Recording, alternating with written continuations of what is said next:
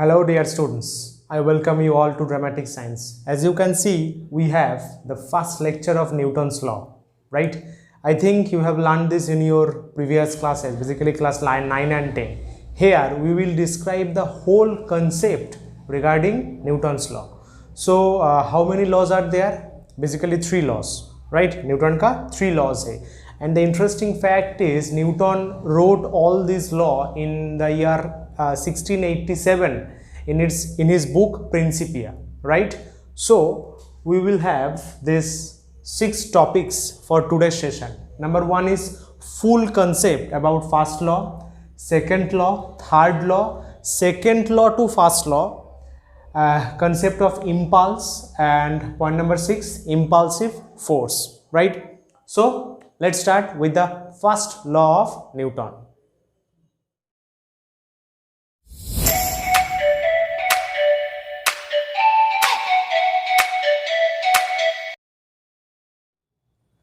So as you can see, we have the first law of motion, basically first law of Newton.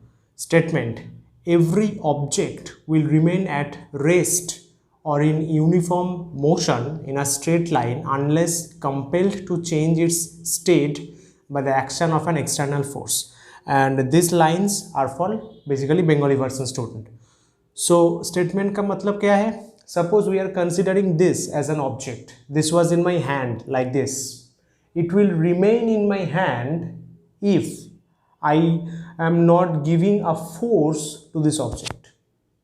This object will remain at rest in my hand if I don't give any force to this object. First point. Or suppose this object is moving like this and I give a sudden force like this. So if an object moves, then a sudden force applied to it will tend the object to come at rest. मतलब जो object rest में है उसको force apply करने से वो motion में होगा, एंड जो ऑब्जेक्ट ऑलरेडी मोशन में है उसको फोर्स अप्लाई करने से वो रेस्ट में होगा. That is the concept of first law, right? So what are the consequences, और फर्स्ट लॉ का जो कंसेप्ट है, what we are able to understand from first law. First law से क्या क्या हम लोगों को समझ में आता है, that is first law's concept. Basically 2 things. Number 1 is inertia of body and number 2 is definition of force. Inertia of body एक फिजिकल phenomenon, फिजिकल क्वांटिटी उसको समझ में आता है, एंड डेफिनेटली फोर्स जो समझाया. इनर्शिया ऑफ बॉडी का 2 divisions है, inertia of rest, inertia of motion, right? Now we will define this topics. So inertia of rest, the definition क्या है? The tendency of a body at rest to remain at rest is called inertia of rest of the body. Suppose this one is a body and this body wants to stay in rest position through several time. ये जो body है, ये body चाहता है कि वो हमेशा rest में रहे.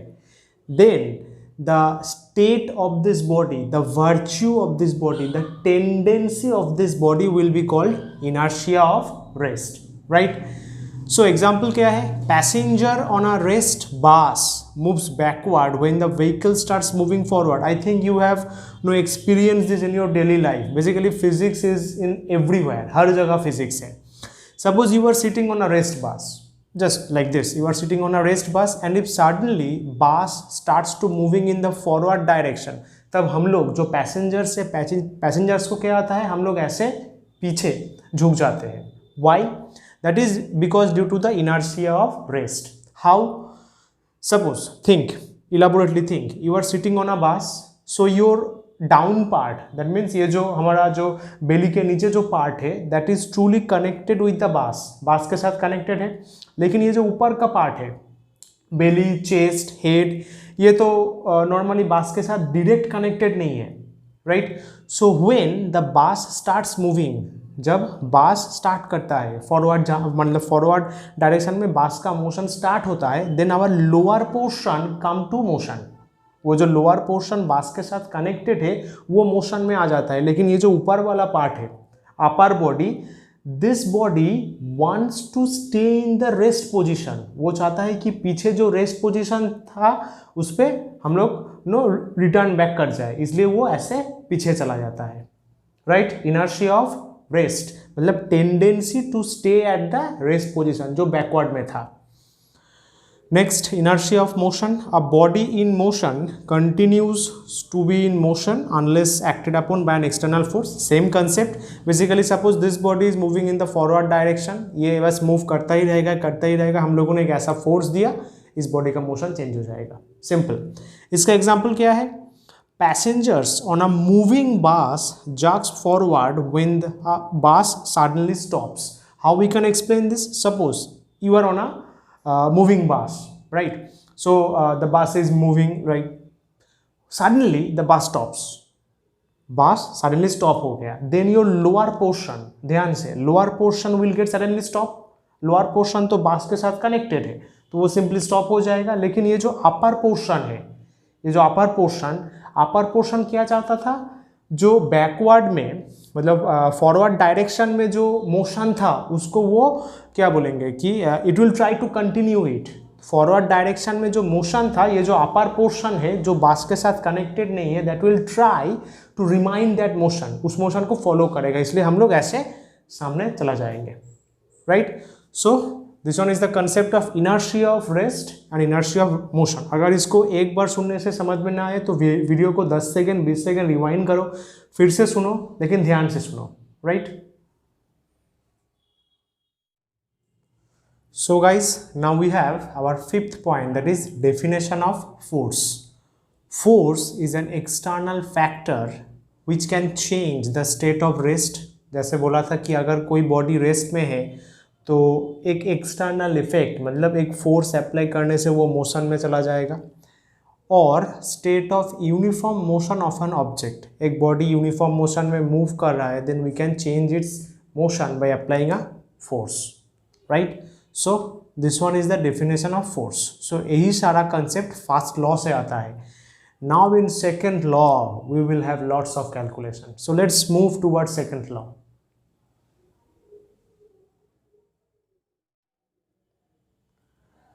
Now we have the statement of second law of motion।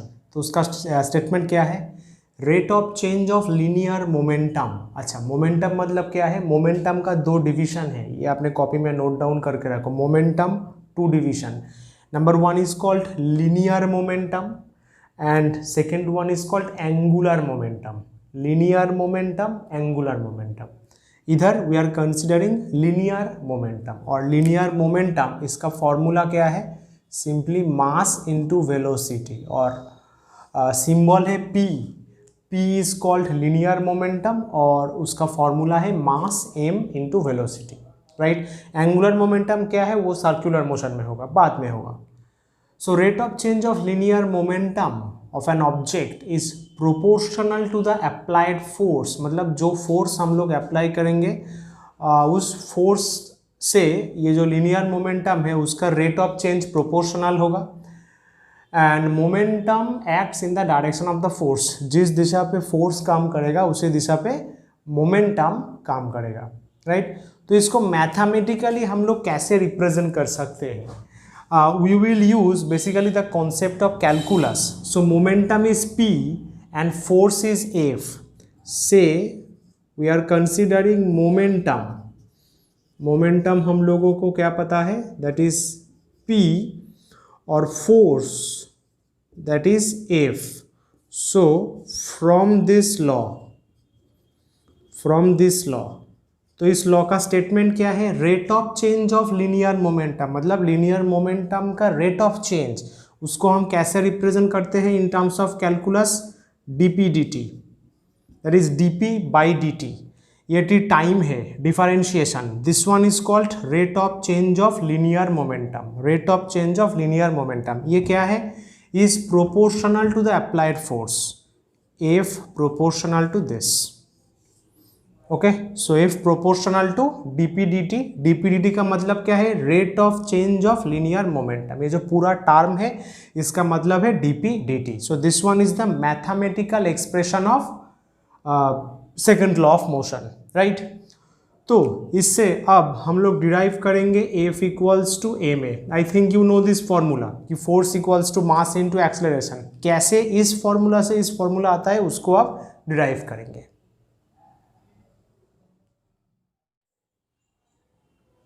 So here we have the derivation F equals to ma. From second law of motion we know this F proportional to dp dt, that is force is proportional to the rate of change of linear momentum, that is F proportional to dp dt। तो proportional हट जाएगा, क्या होगा, constant आएगा, that is k equal to constant।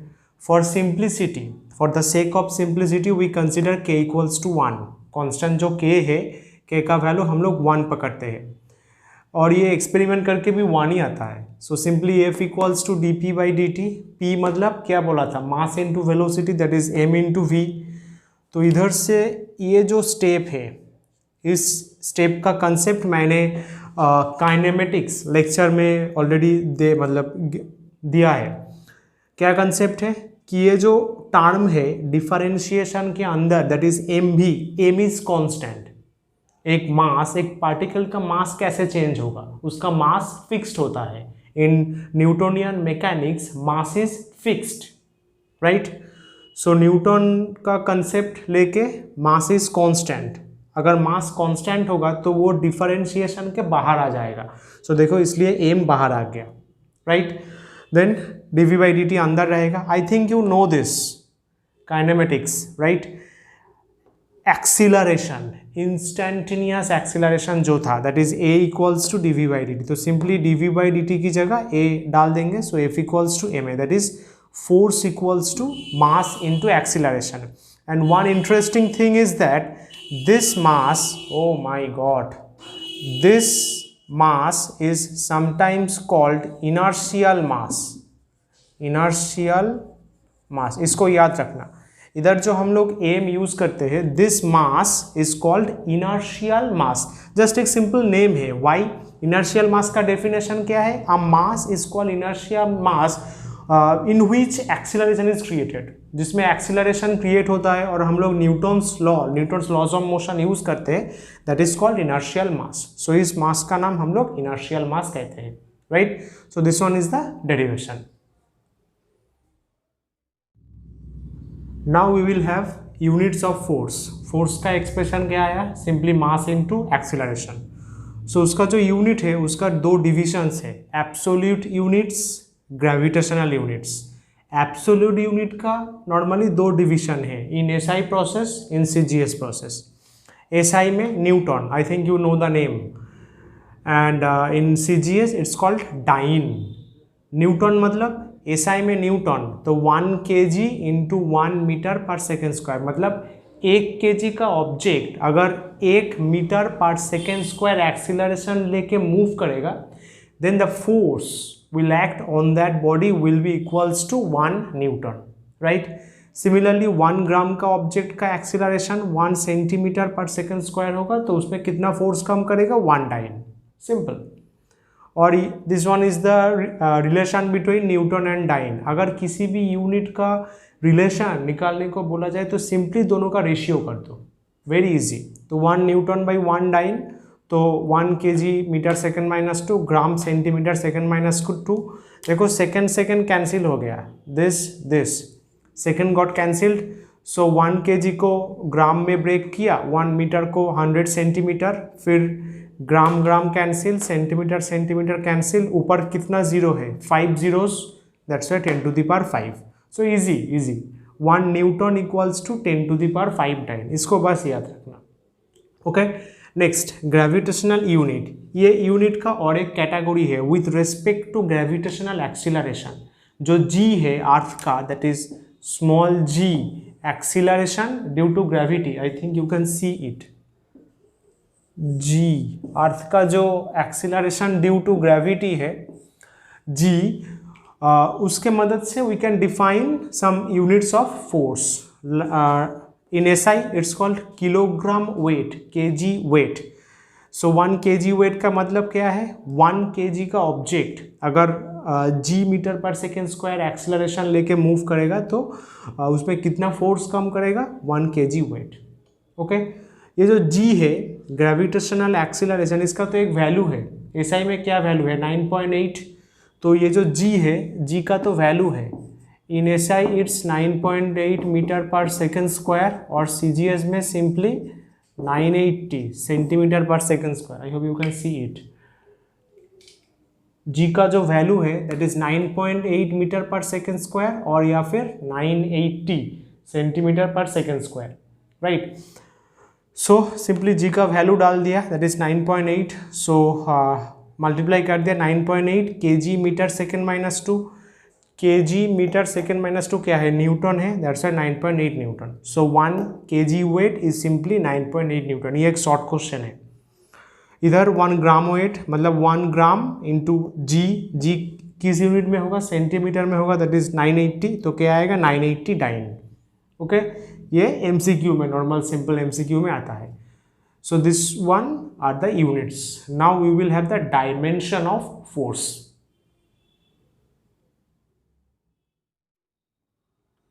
सो बड़ा ही simple सा calculation है, डायमेंशन ऑफ फोर्स। फोर्स का फॉर्मूला क्या है, F equal to M A, F equal to M A, M मतलब डायमेंशन कैपिटल एम, ए मतलब acceleration kinematics, L T minus two, तो सिंपली बस मल्टीप्लाई कर देंगे M L T minus two, this one is the dimension of force, right. So that's the concept of second law of motion. Now we will move towards the concept of third law. So guys, now we have the concept of third law of motion. Simple statement क्या है, for every action in nature there is an equal and opposite reaction. That means if there is an action force, एक action force होगा like in this direction, then there will be an reaction force in the opposite direction. For example, suppose you slapped your friend, आपने आपको जो friend है, friend को एक चटाक सा slap दिया, then definitely you will get return back. So if your slap is the action, then the slap of your friend to yourself is the reaction. Okay, simple example. So this one is a body, this one is another body. So A is applying force F1 to B. A का force क्या है, F1 है, and B का force क्या है, F2 है. B is applying force on A, right? If we consider F1 as an action force, then definitely F2 will be the reaction force, right? The value of this force are same. ये जो दो force है, दो force का value same है, लेकिन the direction, ये जो दो force का जो direction है, वो तो opposite direction में है. That's why we can write this. F1 equals to minus of F2 equals to मतलब value same है, और ये minus किस लिए? Because the direction of the force is reversed. Okay, so action is equals to minus reaction. Simple, just a simple law, one of the easiest law in the whole physics, I can say. Sorry. So that's all from third law. Next we will move towards fourth topic, that is second law to first law. So now we have the proof Newton's first law from second law. That means we know second law and first law both. क्या करेंगे, second law से first law को derive करेंगे. Okay, I think second law first law का statement याद है, अगर नहीं याद है तो वीडियो को rewind करके देख लो, so that it will be more easy. We are considering a body of mass m, acceleration उसका a है, तो उसके ऊपर जो force काम करेगा that will be simply F. This one is the diagram.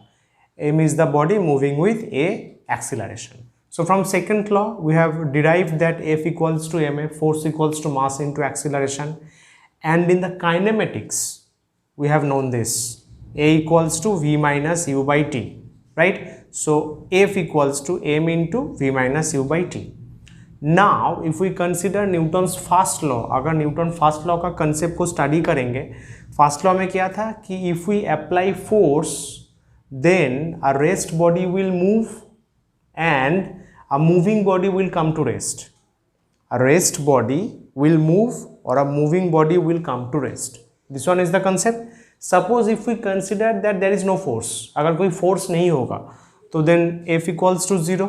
So m into this one will be 0. मास तो 0 नहीं हो सकता क्योंकि हर एक बॉडी का थोड़ा सा मास तो होता ही है, टाइम भी जीरो नहीं होता, कुछ टाइम तो नो कवर होगा ही होगा. So t not equals to 0. So ultimately we can write v minus u, this part will be 0. So v minus u equals to 0. This helps to get two consequences. दो probability आता है क्या? Number one is either v 0 हो सकता है और simply u 0 हो सकता है. तो simply 0 minus 0 will be 0. Simple math. So v 0 हो सकता है, u 0 हो सकता है. मतलब initial velocity, u तो initial velocity है, that can be 0. और v इक्वल्स टू 0 मतलब final velocity can be 0. That means body का कोई वेलोसिटी नहीं है, इनिशियल भी 0 है, फाइनल भी 0 है. So we can say body will have no velocity. That means the body is at rest position. ये जो कंडीशन है ये बॉडी का रेस्ट पोजिशन है. Body is at rest position without force जब वेव 0 है. राइट. सेकेंड क्या हो सकता है? सिंपली u को इस तरफ भेज दिया तो v equals to u. That means initial velocity equals to final velocity. इसका सिग्निफिकेंस क्या है? Body will move with constant velocity. मतलब बॉडी का कोई वेलोसिटी चेंज नहीं होगा, इसलिए उसका जो मोशन है उसका वेलोसिटी सेम रहेगा. That means it will move with constant motion, uniform motion. अगर फोर्स प्रेजेंस नहीं होगा तो body can move with uniform motion. Right, so these two are the points of Newton's first law. That's why we are saying this is Newton's first law. Okay, so this one is the proof of second law to first law. Right, here we have the concept of impulse. Right, so at first, what is the definition? If a force acts on a body, then the product of the value of force and time is known as impulse. Very simple. Suppose this one is a body and a certain amount, say 5 Newton. 5 Newton is acting on that body, say 2 seconds. 2 seconds हो गए, ये जो 5 Newton force is acting on that body like this. So इस body में एक physical quantity create होगा, that will be impulse. उसका value क्या होगा? Simply force into time. 5 into 2, 5 Newton into 2 second. Right. तो बॉडी के अंदर जो प्रॉपर्टी क्रिएट हुआ दैट इज इम्पल्स, और जो प्रॉपर्टी उसमें एक्ट कर रहा है that is impulse. That is simply the product of force and time. Simple. So impulse का रिप्रेजेंटेशन आई और काफ़ी बुक्स में जे भी होता है, तो anything I is better choice I think. So force into time that is F into T. तो simple unit क्या होगा? फोर्स का न्यूटन, टाइम का सेकेंड. और केजी मीटर सेकेंड माइनस 1 कैसे आया? न्यूटन को ब्रेक किया. केजी मीटर सेकेंड माइनस 2 था, into second simply second minus 1. CGS का भी सेम, डाइन इंटू सेकेंड और ग्राम सेंटीमीटर सेकेंड माइनस 1. डायमेंशन क्या होगा? पहले फोर्स का dimension that is mlt minus 2 into time that is t. So simple multiply कर दिया mlt माइनस 1. यानी से ये जो डायमेंशन है और ये जो फिजिकल यूनिट्स है ये कौन से फिजिकल क्वांटिटी का यूनिट है? इम्पल्स का तो है ही, दैट्स फाइन, लेकिन और एक फिजिकल क्वांटिटी है जिसका यूनिट और डायमेंशन भी यही आता है. क्या है वो? मोमेंटम. Basically linear momentum. मतलब ये जो डायमेंशन है ये p याद है ना? लीनियर मोमेंटम का भी यही डायमेंशन आता है, यही यूनिट आता है. Right. So there must be a close relation between impulse and momentum. अगर दोनों का डायमेंशन और यूनिट सेम है तो it's obvious that there is a close relation. Now we will derive the relation between impulse and momentum. Okay.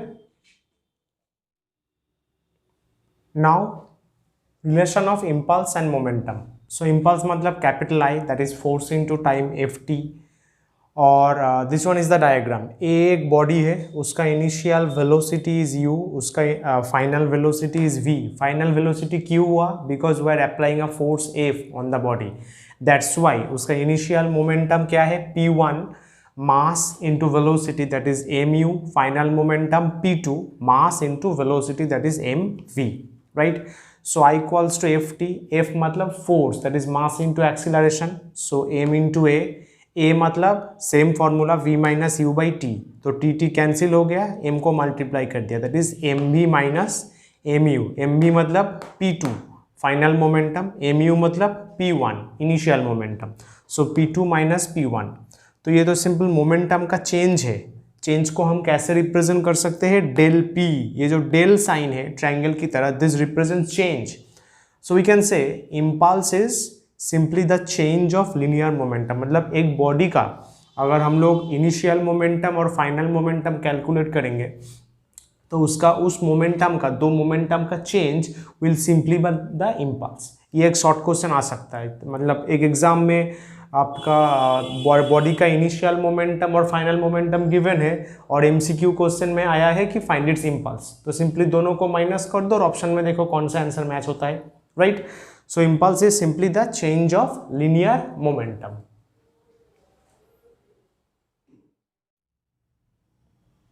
So guys, now we have the last concept of today's session, that is impulsive force. Definition क्या है? Impulsive force is a large value of force that acts on a body for short interval of time, making a change in its momentum. Suppose ये जो body है इसमें एक हम लोगों ने large force apply किया, एक suppose 500 न्यूटन और 1000 न्यूटन force इसमें apply किया। तो ये जो फोर्स है और ये जो बॉडी है, इन दोनों का जो time of contact, time of interaction कम होगा, राइट। मतलब थोड़े टाइम के लिए ये कॉन्टैक्ट में रहेगा and the momentum of this body will change significantly. तो कंडीशन क्या क्या है, फोर्स का वैल्यू ज़्यादा होगा, टाइम ऑफ इंटरेक्शन कम होगा और ये जो बॉडी है इसका मोमेंटम चेंज हो जाएगा। Okay, so that force, that huge amount of force is called impulsive force. Okay, so basically impulsive force क्या है, एक फोर्स है तो इसका जो unit and dimension will be similar to the force. Example क्या है, when a bullet strikes a glass and impulsive force acts on the glass. Exactly, suppose एक बुलेट ने एक जो खिड़की का जो कांच है उसको तोड़ दिया, so the interaction between the glass and the bullet is so small, तभी तो ग्लास के अंदर एक छोटा सा होल जाता है, पूरा ग्लास ब्रेक नहीं होता काफ़ी टाइम में। सो दैट्स द कॉज कि काफ़ी टाइम हम लोग बुलेट थ्रो करते हैं लेकिन वो जो ग्लास है, ग्लास मतलब पूरा ब्रेक नहीं होता। That is the main reason, right, क्योंकि time of interaction is very less. That's why वो जो बुलेट है वो पूरा ग्लास तोड़ नहीं पाता। और काफ़ी टाइम जब टाइम ऑफ इंटरेक्शन ज़्यादा होता है, that is not impulsive force, तब ग्लास ब्रेक होता है। और एक एग्जाम्पल, अच्छा example, I think you have seen the last 6 जो वर्ल्ड कप में धोनी सर ने मारा था, एक last 6, that one is the best example of impulsive force. सोच के देखो वो जो बैट और बॉल का इंटरेक्शन कितना कम टाइम में हुआ, जस्ट बॉल आया डिश and it's a 6 and we won the world cup. So that force is impulsive force, right. So that's all from today's session, that's all 6 topics. Basically easy topic था, basic topic था, and I hope you have learned all this 6 ones. And if you feel any doubt, do contact me through Instagram or comment section. इसका lecture 2 definitely आएगा. And if this video helps, give a thumbs up. If you are new, do subscribe. मिलेंगे lecture 2 में, right? बस आज के लिए चलते हैं। नमस्कार, टाटा, बाय बाय।